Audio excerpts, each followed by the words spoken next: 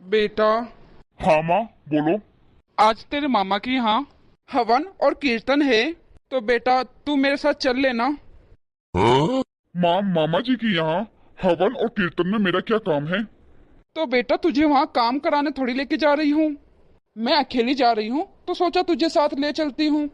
वैसे भी आज तेरी ऑफिस की छुट्टी है, इसलिए तुझे साथ लेके जा रही हूँ। पूजा पाठ तू भी देख लेगा, और बेटा तू चलेगा तो तेरे मामा जी को भी बहुत अच्छा लगेगा। क्या माँ, अभी आपको तो पता है ना, मुझे हफ्ते में एक ही छुट्टी मिलती है। अब मामा जी की यहाँ चला जाऊंगा तो मेरा पूरा दिन खराब हो जाएगा। बेटा तेरे नाना जी की भी तबीयत खराब रहती है, उनको भी देख आएंगे। माँ, अब नाना जी बूढ़े हो गए हैं तो उनकी तबीयत तो खराब रहेगी ना। ये कोई नई बात नहीं है। माँ, मैं अपनी छुट्टी खराब नहीं कर सकता। आप काजल को ले जाओ अपने साथ। चल ठीक है बेटा, मैं बहू को ले जाती हूँ साथ। मैं तो सजी गई रे सजीना के लिए। आज तो देखना, पार्टी में सबसे सुंदर मैं ही लगूंगी। बहू। मम्मी जी आप। हाँ बोलिए। बहू मैं ये कह रही थी, आज तेरे मामा ससुर के घर हवन है और कीर्तन है, तो बेटा क्या तू मेरे साथ चल लेगी? मम्मी जी आपने चश्मा लगा रखा है, तो भी आपको क्या मैं सजी धजी नहीं दिख रही? अरे दिख रही है बहू, क्यों क्या हुआ? मम्मी जी मैं जा रही हूँ किटी पार्टी में। सॉरी मम्मी जी, मैं आपके साथ कीर्तन में नहीं जा सकती। अरे बहू चल लेती, तेरी मामी जी को अच्छा लगता तू आती तो। मम्मी जी मामी जी को अच्छा लगता होगा, पर मुझे अच्छा नहीं लगता कीर्तन में बैठना। मुझे तो बैठे बैठे नींद आती है। आप एक काम क्यों नहीं करती, बाहर दीदी ऐसे ही घूम रही है, दीदी को ले जाओ साथ। क्या पता दीदी आपके साथ चली जाए कीर्तन में। ठीक है बेटा, मैं पायल से ही पूछ लेती हूँ। मायके जाने का अच्छा बहाना ढूंढती है मम्मी जी। अरे वाह, क्या बात कर रही है तू, सही में? फिर तो मैं भी आऊंगी। हाँ हाँ। पायल बेटा। चल ठीक है सुमन, मैं तुझसे बाद में बात करती हूँ, मिलते हैं शाम को। हाँ माँ बोलो। बेटा आज तेरे मामा की यहाँ पर हवन कीर्तन भजन है। अच्छा, तो माँ मैं क्या करूँ इसमें? तो बेटा मैं जा रही हूँ, तू साथ चल ले मेरे। अरे माँ, मैं नहीं जा पाऊंगी आपके साथ। आज पता है मुझे क्लब में जाना है, वहां पर पता है आज एक के साथ दूसरे की एंट्री फ्री है, इसलिए मामा की यहाँ आप ही जाके आ जाओ माँ। मैं तो नाइट क्लब में जा रही हूँ, और वैसे भी हम जैसे लोगों को भजन कीर्तन में इतना इंटरेस्ट कहाँ है। आप ऐसा क्यों नहीं करती, भैया और भाभी को ले जाओ साथ। तुम लोगों को अपने फालतू काम के लिए बहुत टाइम है, लेकिन अपनी माँ के लिए बिल्कुल टाइम नहीं है। मैं चली जाऊंगी अकेली ही, किसी की जरूरत नहीं है। ये माँ भी खामोखा गुस्सा करती है। अरे किसी को नहीं जाना तो जबरदस्ती थोड़ा ना जाएगा। अरे थोड़ा पास में आओ ना, और मेरे कंधे में हाथ रखो। लोगों को दिखना चाहिए ना हम दोनों कितना प्यार करते हैं एक दूसरे से। Smile, very good. अब एक फोटो मम्मी जी के साथ भी ले लूंगी, सबको ऐसा लगेगा मम्मी जी की और मेरी बॉन्डिंग बहुत अच्छी है, बहुत अच्छी बनती है। और एक फोटो दीदी के साथ ले लूंगी, सबको लगेगा ननंद भाभी का प्यार है। अरे मम्मी जी भी आ गई, आओ मम्मी जी बैठो। मम्मी जी एक फोटो खींचती हूँ आपके साथ, आप स्माइल करना। ठीक है बहू। वाह मम्मी जी, कितनी अच्छी फोटो आई है। अब मैं इस फोटो में लिखूंगी हैशटैग मदर इन लॉ। बेटा विकास, मुझे तुझसे कुछ काम था। हाँ माँ, बोलो। अभी अगले हफ्ते तेरी 4 दिन की छुट्टियां आ रही है ना, हाँ तो उसमें 2 दिन एक्स्ट्रा छुट्टी ले ले तू, हम लोग वैष्णो देवी घूम के आते हैं। क्या माँ, वैष्णो देवी? हाँ बेटा, 7 साल पहले तेरे पापा के साथ गई थी मैं, तो अब वापस इच्छा हो रही है मेरी वैष्णो देवी जाने की। मेरा बहुत मन हो रहा है बेटा दर्शन करने का। वो तो ठीक है माँ, पर वैष्णो देवी तो बहुत दूर है।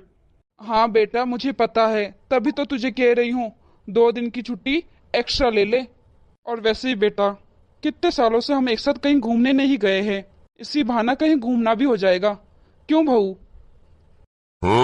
मम्मी जी बाहर घूमने की कहाँ जरूरत है, हम सब एक साथ रह तो रहे हैं, इतना काफी होता है। नहीं तो बाकी घरों में जाके देखो, सास अलग और बेटा बहू अलग। हम लोग साथ तो रह रहे हैं आपके, और कहाँ घूमना है। और वैसे भी मम्मी जी, अगले हफ्ते इनकी 4 दिन की छुट्टी है ना, इन्होंने 4 दिन की छुट्टी और बढ़ा दी है। कुल 8 दिन की छुट्टी है इनकी। उन छुट्टियों में हम मेरे मायके जा रहे हैं। हाँ मम्मी, बच्चे बहुत पीछे पड़े हैं कि नानी के घर जाना है, नानी के घर जाना है। इसलिए मैंने ही प्लान बनाया कि 4 दिन की छुट्टी है, 4 दिन की छुट्टी और ले लेता हूँ, बच्चों को उनके नाना मामा से मिला के ले आता हूँ। इसलिए मम्मी, अब हम दोनों और बच्चे तो मेरे ससुराल चले जाएंगे, तो इस घर को तो आप ही देखोगी ना पीछे से, इसलिए आप कहीं मत जाना। ठीक है बेटा। पता नहीं मम्मी जी का भी क्या है, कभी भी हम कहीं जाने का प्लान बनाएंगे मम्मी जी बीच में अड़ंगा पक्का डालती है। बस बैठे बिठाए फ्री फोकट में घूमने का प्लान बनाती रहती है। अच्छा हुआ आपने मम्मी जी को मना कर दिया, मुझे तो लगा आप मम्मी जी को हाँ कह दोगे और फिर मेरे मायके जाने का प्लान कैंसिल हो जाएगा। और अगर आप मम्मी जी को हाँ कह देते ना, फिर भी मैं अपने तो मायके जाती, भले अकेले जाती। अरे तो मैं अकेले थोड़ी ना जाने दूंगा तुम्हारे मायके, मैं भी चलूंगा साथ में। हाँ हाँ पता है मुझे, आप मुझे अकेला नहीं छोड़ सकते। 1 हफ्ते बाद। अरे भाभी, अब रास्ते में इतना सोना पहन के जा रही हो? हाँ दीदी, आखिर मेरे मायके के वहाँ के लोग देखेंगे तो उनको भी तो पता लगना चाहिए कि हम कितने पैसे वाले हैं। अरे काजल, तैयार हो गई? सब पैक कर दिया ना? हाँ हाँ कर दिया, और तैयार भी हो गई मैं। बच्चे कहाँ हैं? बच्चे तो मामा के घर जाने के लिए इतने उतावले हैं कि वो तो गाड़ी में जाकर बैठ भी गए। अरे माँ, आप कहाँ जा रही हो बैग लेकर? हाँ मम्मी जी, इतना सामान लेकर कहाँ जा रही हो? माँ आप भी जा रही हो भाभी के मायके? नहीं नहीं बेटा, मैं वैष्णो देवी जा रही हूँ। क्या वैष्णो देवी? वैष्णो देवी? लेकिन माँ, आप किसके साथ जा रही हो? बेटा वो गांव से बस जा रही है 4 धाम के लिए, बस उसी में जा रही हूँ। पर माँ, हम में से तो आपके साथ कोई नहीं जा रहा, आप अकेली कैसे जाओगी? हाँ माँ, आप अकेली कैसे जाओगी? हाँ माँ, आप अकेली नहीं जा पाओगी। क्यों नहीं जा सकती मैं? तुम तीनों से ज्यादा दुनिया देखी है मैंने, और तुम दोनों भाई बहन को मैं छोटे से बड़ा कर सकती हूँ अकेली। तो क्या मैं वैष्णो देवी अकेली नहीं जा सकती? अगर तुम लोगों के भरोसे बैठ गई तो मेरा इसी घर में दम घुट जाएगा। तुम लोग तो इतने बिजी हो। तुम लोगों को एक बात बोलूं बेटा, आजकल के बच्चों के पास अपने माँ बाप के लिए बिल्कुल भी टाइम नहीं है। पर माँ बाप कितने भी बिजी हो, पर अपने बच्चों के लिए टाइम निकाल ही देते हैं, भले माँ बाप का लाखों का नुकसान ही क्यों ना हो रहा हो। क्योंकि माँ बाप के लिए अपने बच्चों से बढ़कर कुछ नहीं होता है। माँ बाप अपनी जवानी, अपना पूरा टाइम, समय सब दे देते हैं बच्चों के लिए, पर जब बच्चों की बारी आती है तब बच्चे अपने माँ बाप को पूछते तक नहीं है। बेटा, माँ बाप पूरी जिंदगी बच्चों के लिए इतना संघर्ष करते हैं कि हमारे बच्चे अपने पैरों में खड़े हो जाए, अपने मुकाम में पहुंच जाए, तब जाके हम बच्चों के साथ घूमेंगे फिरेंगे, उनके साथ अच्छा टाइम बिताएंगे। पर बेटा, ऐसा कुछ होता नहीं है। बच्चे जैसे ही बड़े हो जाते हैं वो अपनी दुनिया अलग ही बना लेते हैं, माँ बाप को तो बिल्कुल ही साइड कर देते हैं। बच्चे तो माँ बाप को बोझ समझने लग जाते हैं। बेटा, तुम्हारे भी बच्चे बड़े हो रहे हैं, अभी तो उनके लिए टाइम निकाल रहे हो, शौक पूरे कर रहे हो। कल को वही बच्चे जब तुम्हें नहीं पूछेंगे, तुम्हारे साथ बैठेंगे नहीं, घूमेंगे नहीं, तब तुम मेरी जगह खड़े होगे, तब तुम्हें मेरी बातें ये सब याद आएगी। चलती हूँ बच्चों। मम्मी जी, क्या हम भी आपके साथ वैष्णो देवी चल सकते हैं? हमें माफ कर दो मम्मी जी, आपने हमारी आंखें खोल दी। हाँ माँ, माफ कर दो हमें। हाँ माँ, मुझे भी माफ कर दो, मुझे भी चलना है वैष्णो देवी और आपके साथ खूब घूमना है। हाँ माँ, बाहर गाड़ी लगी हुई है, उससे हम आज वैष्णो देवी चलते हैं, पूरे 8 दिनों के बाद घूम फिर के आएंगे। ठीक है मेरे बच्चों।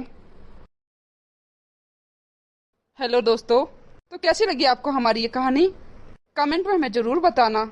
और मेरा आप लोगों से यही कहना है कि माँ बाप पूरी जिंदगी अपने बच्चों के लिए ही करते हैं, बच्चों के लिए अपनी जिंदगी कुर्बान कर देते हैं, जवानी त्याग देते हैं और सोचते हैं कि बच्चे हमारे बुढ़ापे में हमारा सहारा बनेंगे।